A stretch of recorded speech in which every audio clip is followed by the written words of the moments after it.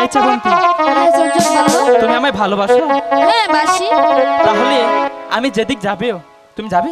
অবশ্যই, তুমি যেখানে যাবে আমি সেখানে যাব। সত্যি যাবে? সত্যি। তাই? হুম, তুমি যদি থাকো রাজি, তারপর চলো দেখা যায় ওরে ছোট্ট খাটো বাসা লইয়া মোরা জীবনটা কাটাই। তুমি যদি থাকো রাজি আমিও যাবো, সমস্যা নেই, চলো। যাবে?